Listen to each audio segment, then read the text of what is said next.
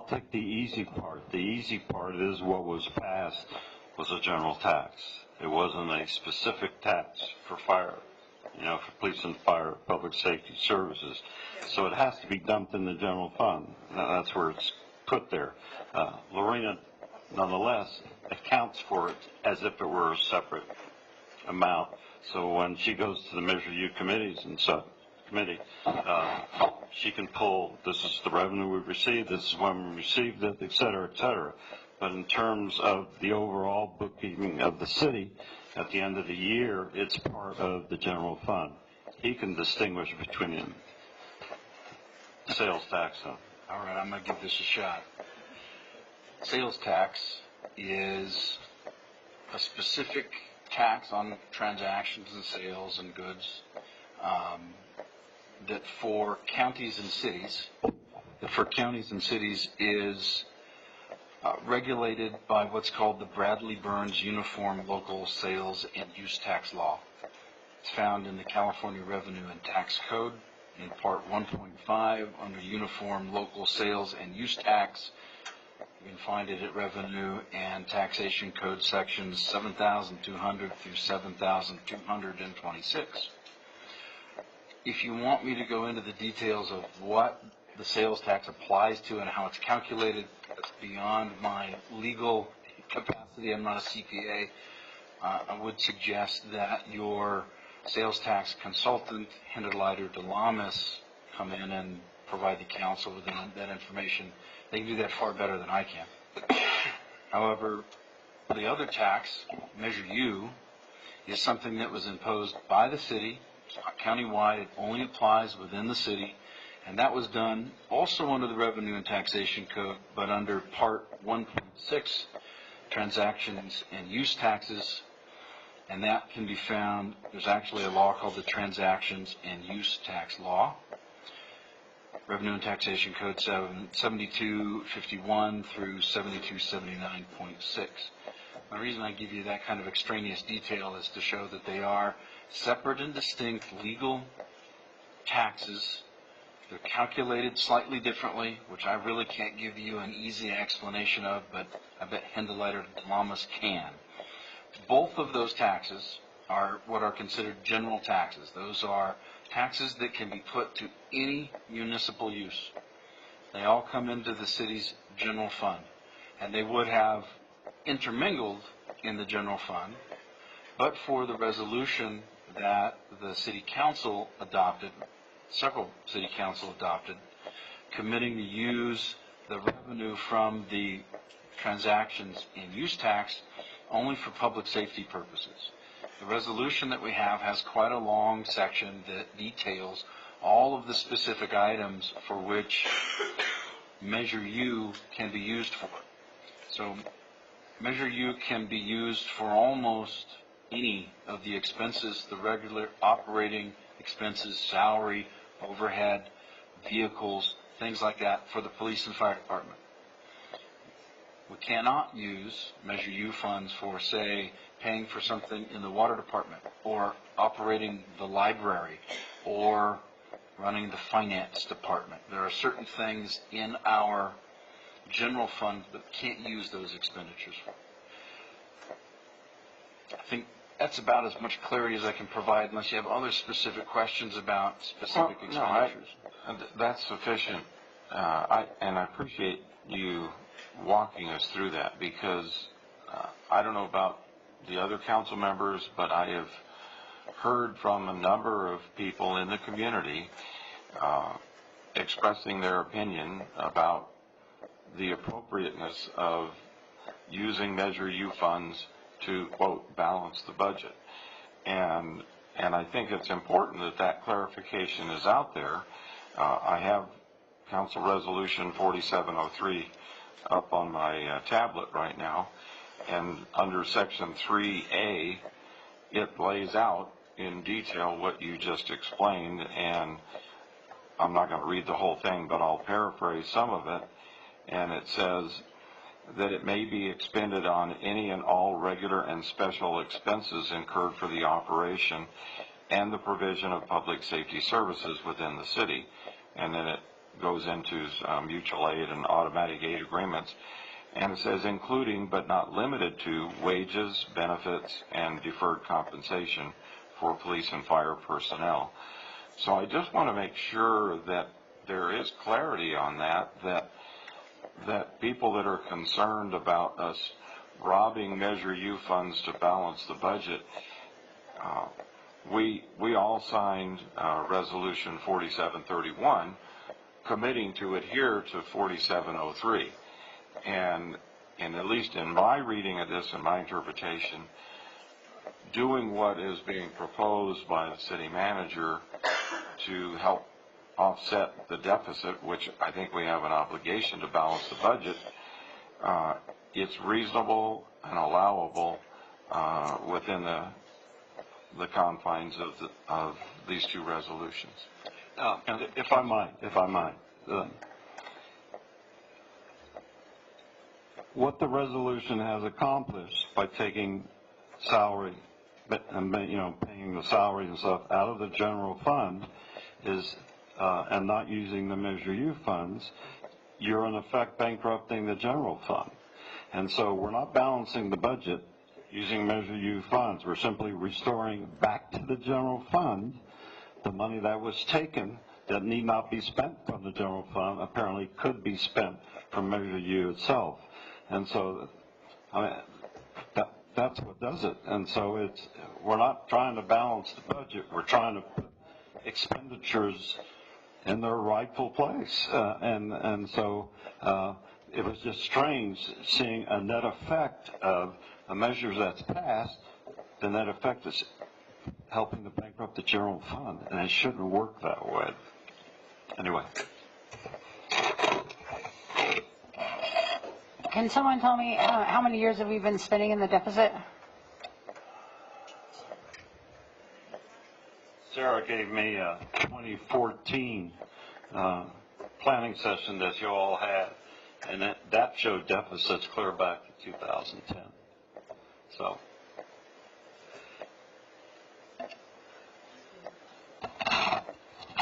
It was running deficit before 2010. How many years? Comments for Alan? Yeah, I do. So, in summary, if I could have a date that we can... No, we don't have a summary yet. I want to talk okay. about something. So, this all seems like an easy fix. Now, whether it's an appropriate fix is another story. I still want to know, and this will be in subsequent meetings, I'm sure, because it's certainly not something we can go into tonight, is that knowing this, when you came on to the city, what has been done to help rectify this to some extent before this date? So, first of all, this is a process that should have started in March, and it didn't. Here we are again, 11th hour, pushed to the limit, and there's a lot of questions to ask. I don't see in this budget where the city attorney's fees are, or costs are, or internal services. I know we talk about that every year with regards to internal services, but it's not by department like we're used to seeing it, and I don't see the city attorney's fees out of departments either. And again, if what has been done this last 10 months to help eliminate some of this deficit, you mentioned that after this is done, you'll meet with staff and you'll do this and this. Well, why wasn't that already done? I know that it can't all happen within a few months' time, but something should have been done. You weren't here to see what we went through for Measure U and what we promised. And we were the ones up here saying, Measure U funds will only be used for public safety. Now, granted, I'm gonna put some onus back on the citizens for not passing it the first time, when it should have been written as only for general safety, for public safety. That would have eliminated a lot of problems, but it didn't, so it passed another way. But I have a problem with seeing it as just an easy fix without having been able to see what was trying to be done these last months so that we didn't have to do what we're doing today or wanting to do today. Now, I'm not saying all of it, but certainly a good portion of it. It's my thoughts. I see that,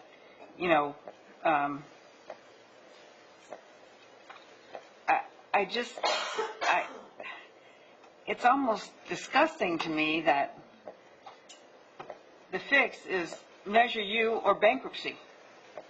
I didn't say bankruptcy. Well, you said it many times in the last meetings. Oh, Yes, you did.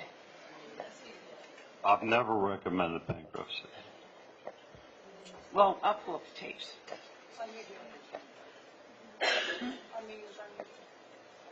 What? Our meetings are all on YouTube. Okay. So, again, 11th hour, and we're back in the same boat we were last year. And you can no longer say, this isn't my budget, but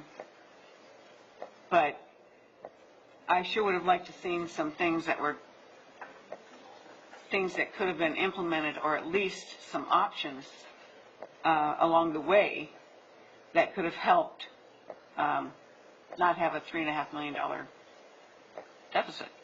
That's my thought.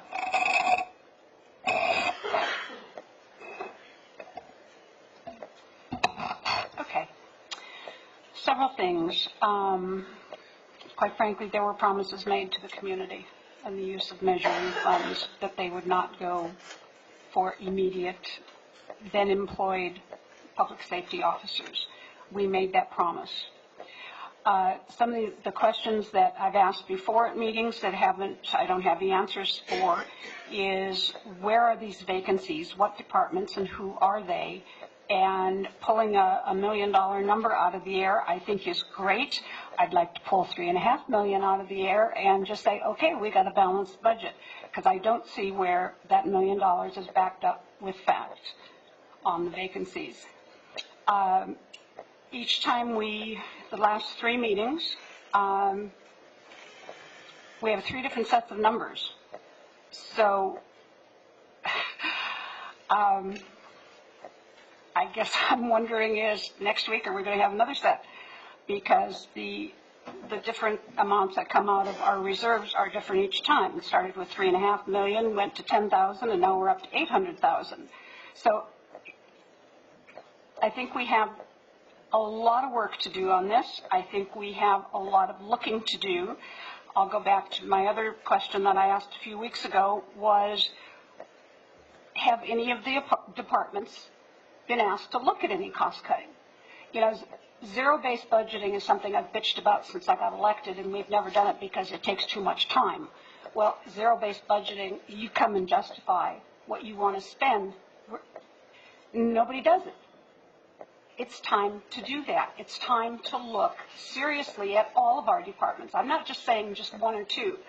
Most of them probably have very legitimate budgets, but we don't look at it. When you do a rollover, I can go through and ask questions. I'm not striking, but I can go through. There's, like I said last time, there's probably close to $60,000 in the city council budget that we're not going to use next year. We don't need it. So have any department heads been asked to do that? No. No. Okay. Have any of the cost efficiencies that council has suggested in the past at looking at consolidation or at outsourcing or at contracting, have we looked at any of those things? No. No. Are we going to do that, please? Yes. And I realize, as Bonnie said, we come down to crunch all the time, we've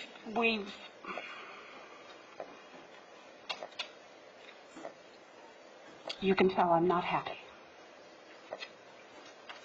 We need to look at this, and we really need to look at it hard, line by line.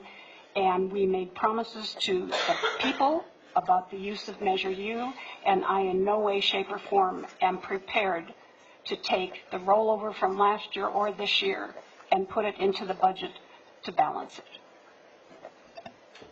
I, on the other hand, am very prepared to take the money in Measure U to pay for our retention and retainment of our police officers and our firefighters. And that's in our resolution, and that is what we said we would do, and we promised the people. So because they're getting pressure from other folks outside the community and threats on our phones is a shame. You want to go down line by line? Let's go down line by line.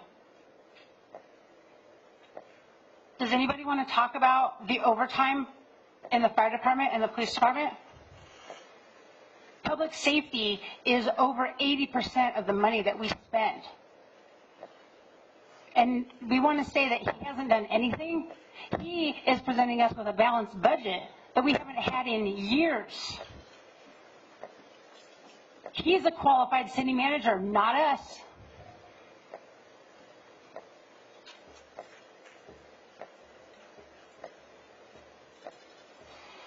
Last year we had overtime in our public safety departments that were over $1 million. Over $1 million. If we didn't spend that last year, we would be able to balance our budget. How about that? Let's look at this year. Our last financials came out April. And how much is our overtime? $1.4 million over. Our Measure U committee members, are you guys crying about that, or are you just crying about that money that we have extra? We're not balancing our budget with Measure U money. We're using the funds that came in for public safety towards public safety. And because we want to sit and play political games, or do we want to balance our budget? I just did it. Carl, you need to get your facts straight because, don't assume something that you don't know for sure. Oh, I know I've gotten threats on my phone. Well, what makes you think we have? Because they told me they called everybody. Well, then I'll have to look at my phone. Wonderful.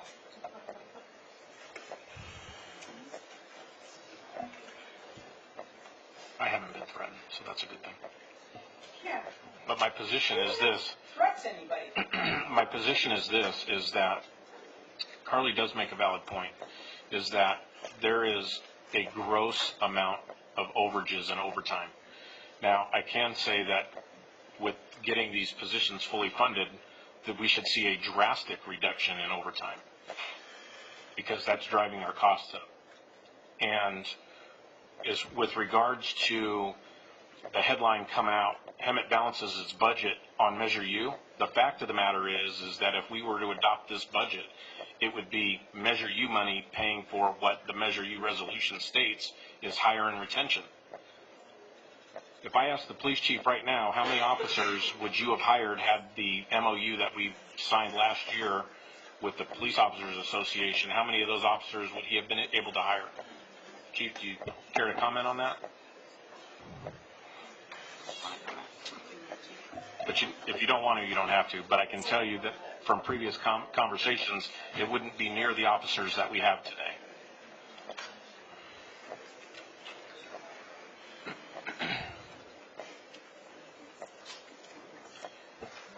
And we do need to control our costs. Good evening. Thank you, sir. Good evening. So, can you repeat the question for me?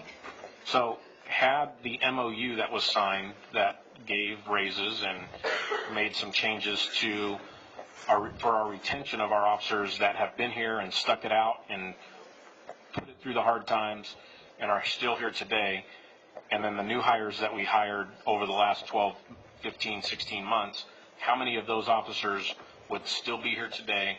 Would we have hired, or officers would have left?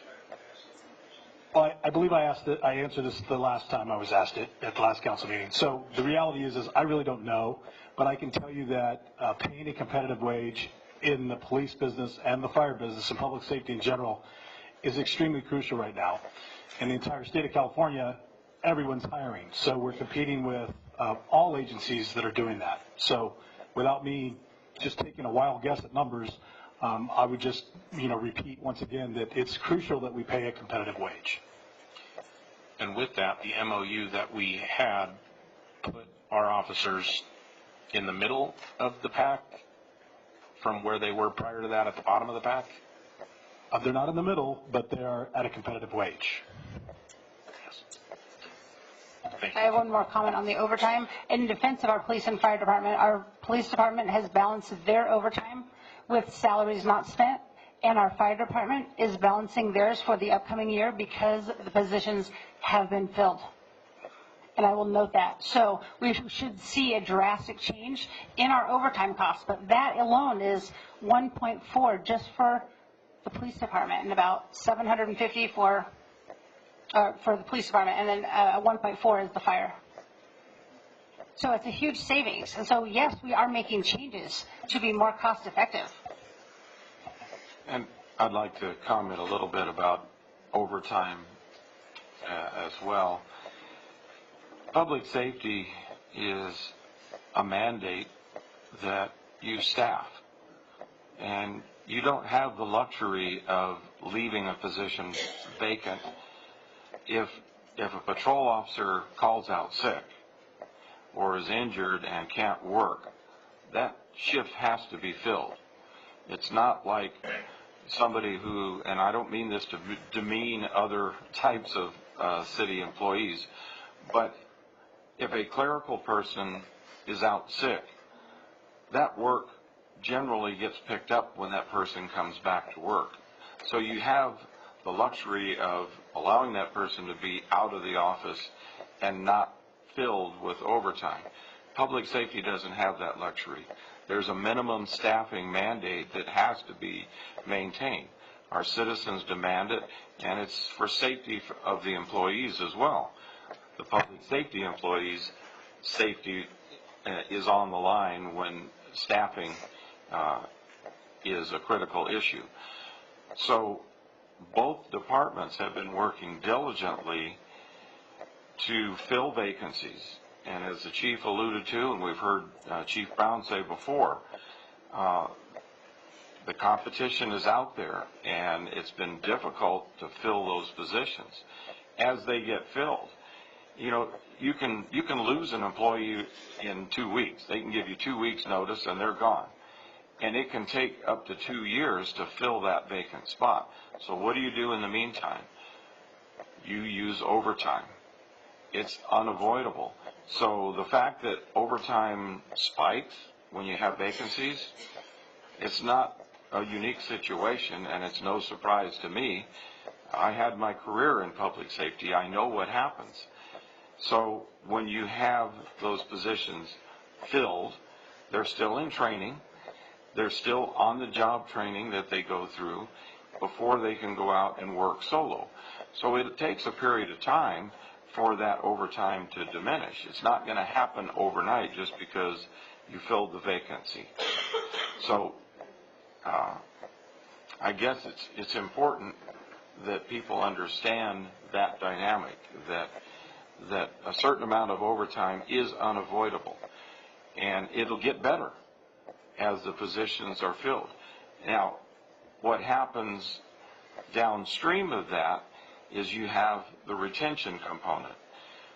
So you've got the employment, you got to bring the carrots out there and attract the qualified candidates. But then once they're here and they're trained, you want to hang on to them.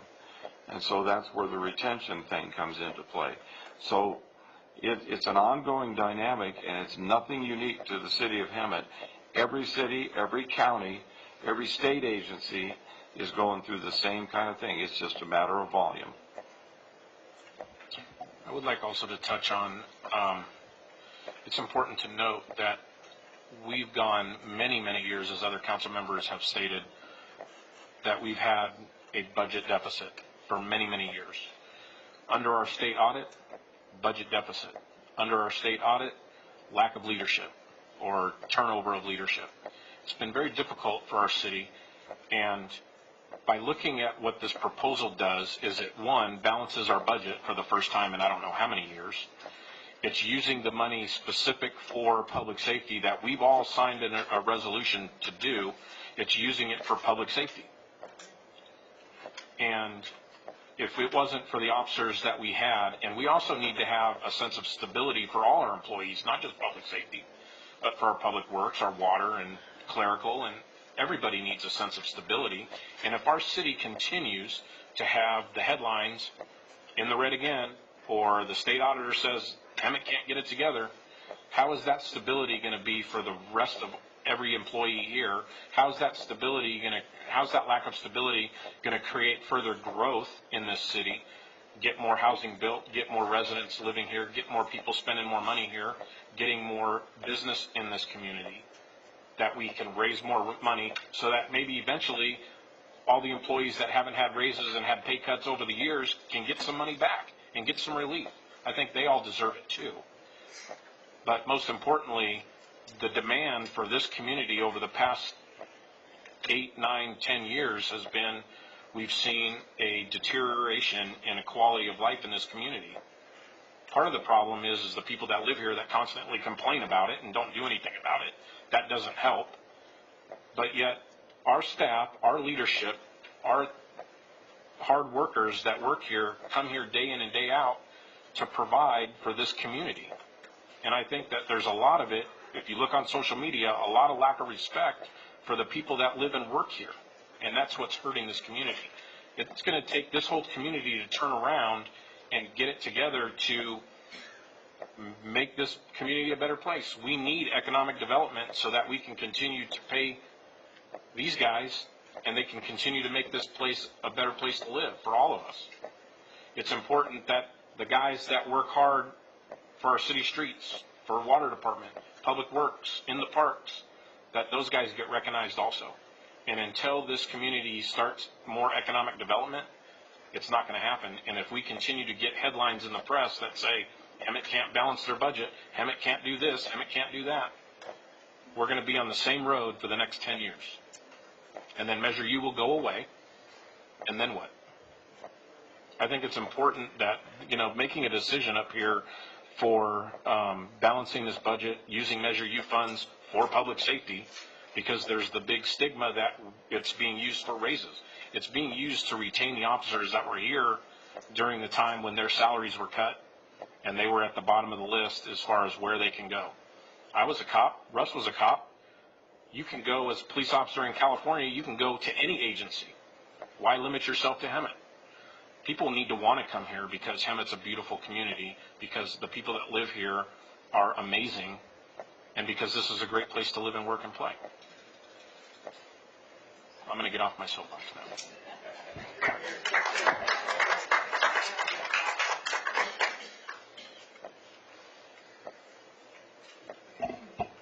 Is there any further? This is a public hearing, so we have some public comments. Yes, your first speaker will be Robin Richard. She will be followed by Ray McDonald.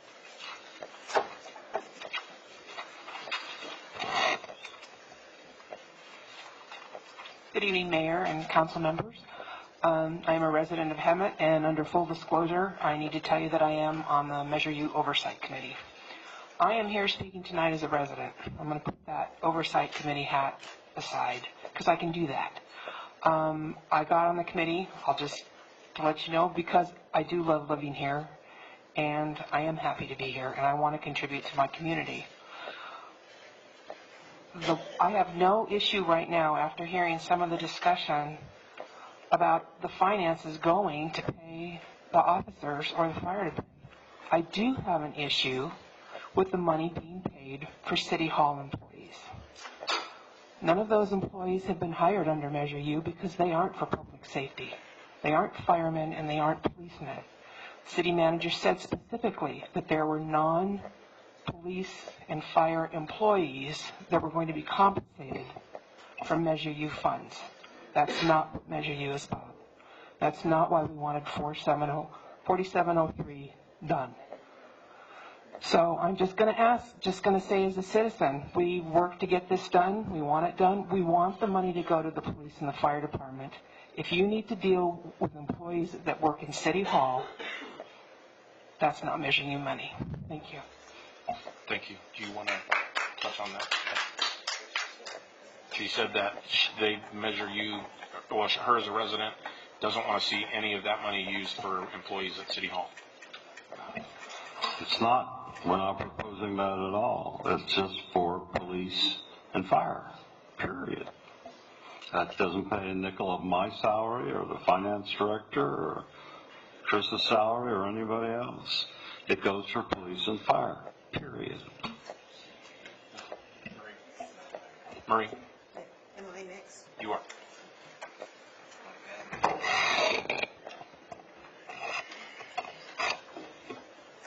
Mr. Mayor and council members. Many of us worked very, very hard to get Measure U passed. And one of the major statements on which Measure U passed was the statement that the monies would not be used to balance the budget. It would not be used in the general fund. Many of the people who voted for Measure U would not have voted for it without that assurance.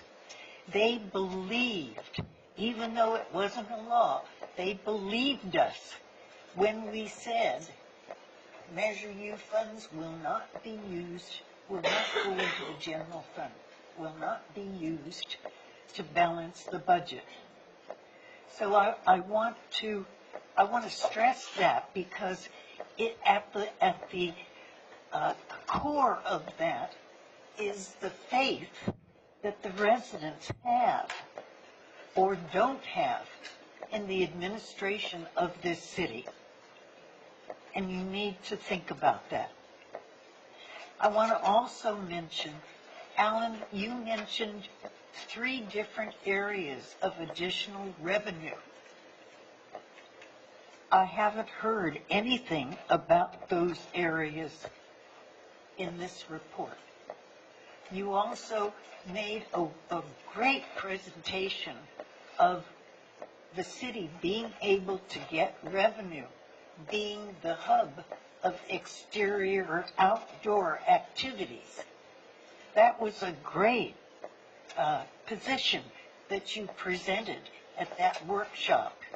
And I haven't seen any effort, any actions which would bring that about, which would increase some of our revenues. Also, I think almost any operation, I've owned a business, I know, if you really want to cut down expenses, you do what Linda said. You have to go item by item, step by step, because you are going to find some dollars that can be removed. So those 3 things, the faith of the electorate in our city government, which is so important, the increase in revenue from the various activities that Alan has spoken of, and the perhaps more strict revision or review of city dollars, how they're spent now. Thank you. Thank you. Matt Gregory, and she'll be followed by Robin Love. Good evening, Mayor, council members. First of all, I'd like to applaud the city manager for proposing to balance the budget. It's something that nobody has done here for years.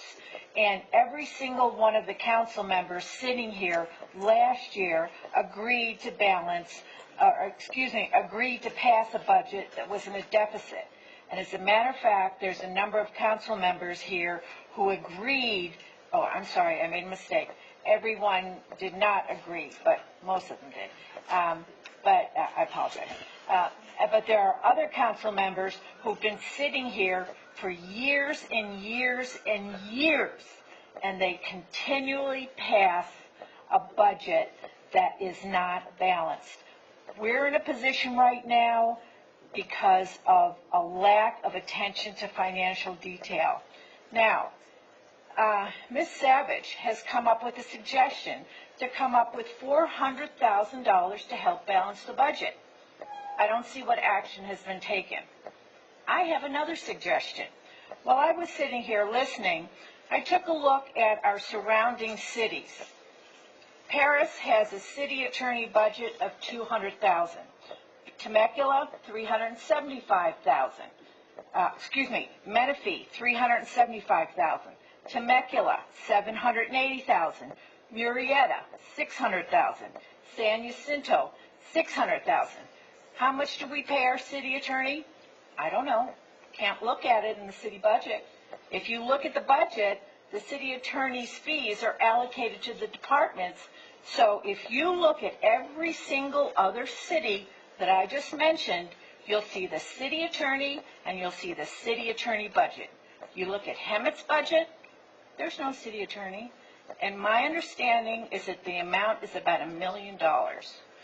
Slash that in half, there we go. Between Sue and I, we found $900,000 to balance your budget. Okay? And we didn't fire a person. Now, in regards to Measure U, I have to agree that if the difference between the $10 million that I voted for Measure U and the 11 that's actually coming in, if that all goes to public safety, I don't see any reason why it shouldn't. I don't think that's an invasion of the general fund. I think it's an appropriate use of Measure U money. That's all. Thank you. Thank you.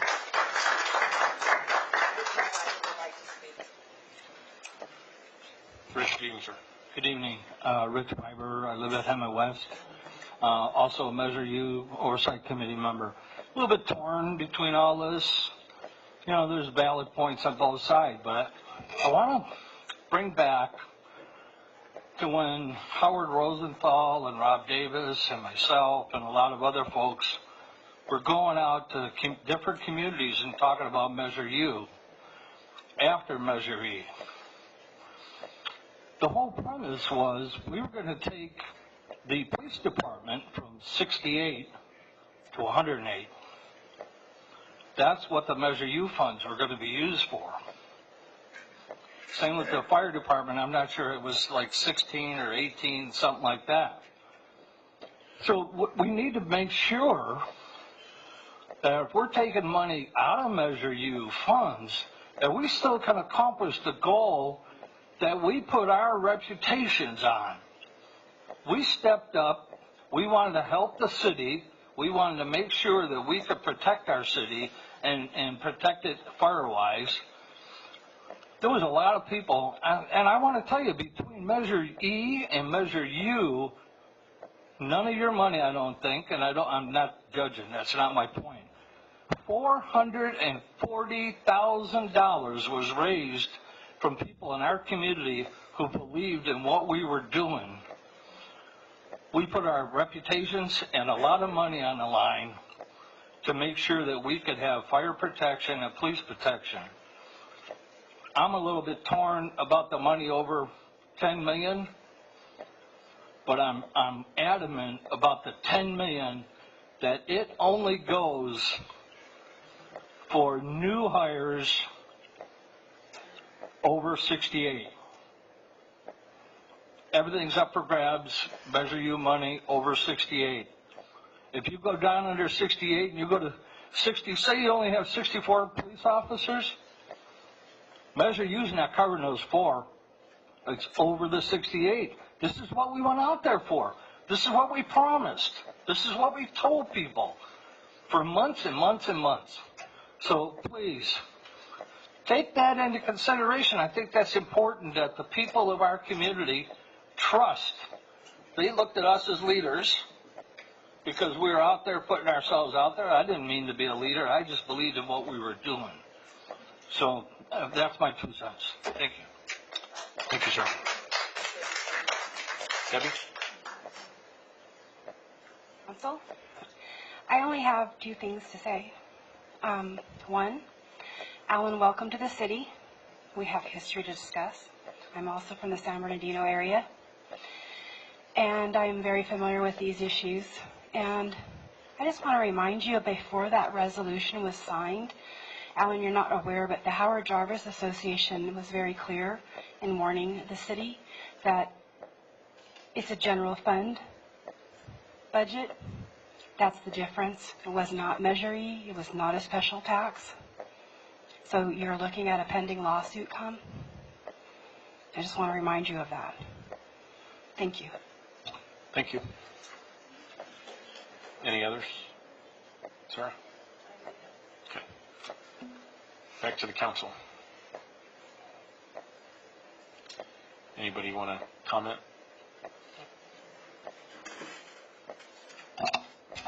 Did Alan want to set a work study date? Study day?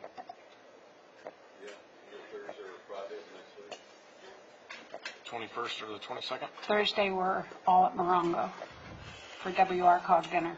Everybody's not, so Friday's going to have to be today, because Thursday, nobody's available. Friday, 22nd? We do it Wednesday, next Wednesday?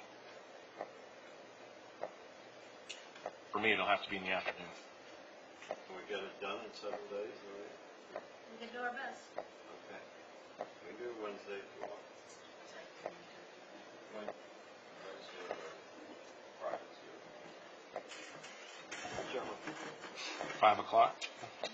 4 o'clock? How much time do you need? Currently, if we're going to go page by page and object code by object code, probably need 3-4 hours. 4 days. The 20th? Wednesday the 20th? 5 o'clock? I can do 5. Bonnie? Cancel my others.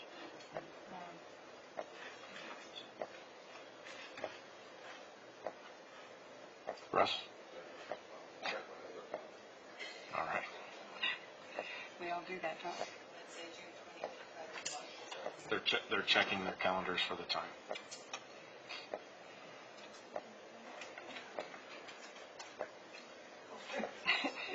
Carly, help. She can't open her calendar.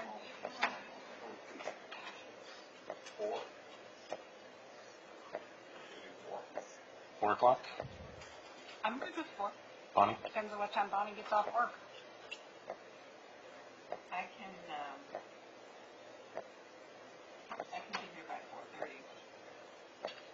Maybe 4. 4:30?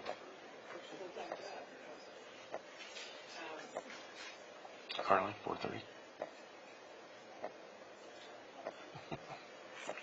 4:30? Yes, 4:30? Okay, 4:30.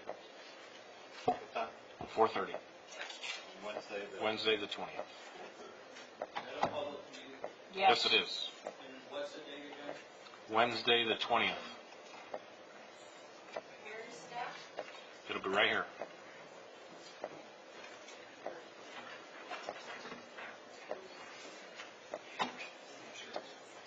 Okay. Okay. So it's 10:35. Do we have anything pressing? One thing. Yes.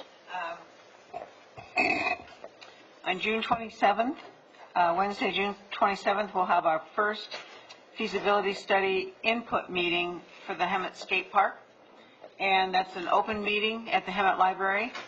And the developer will be there, and it'll be time for the community to provide input as to what they'd like to see for this project. So we hope that we have a good turnout. This is, it's at 6 o'clock, 6 to 8, and at the library.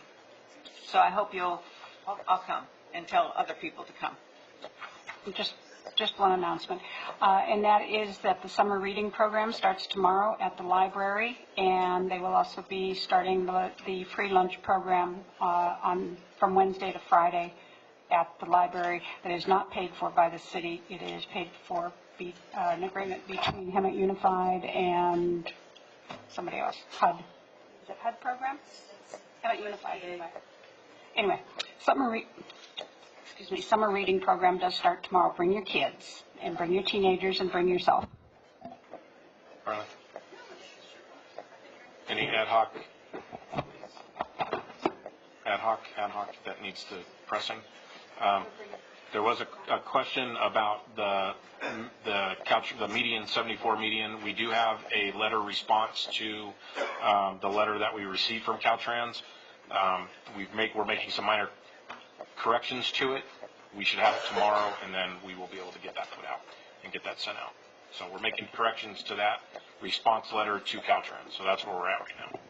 In the meantime, they haven't put it out for bid yet.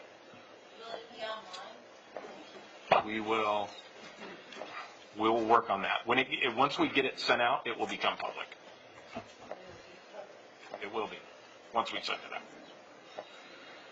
Any other things? Okay. Seeing none, we will adjourn to our special meeting on Wednesday the 20th at 4:30.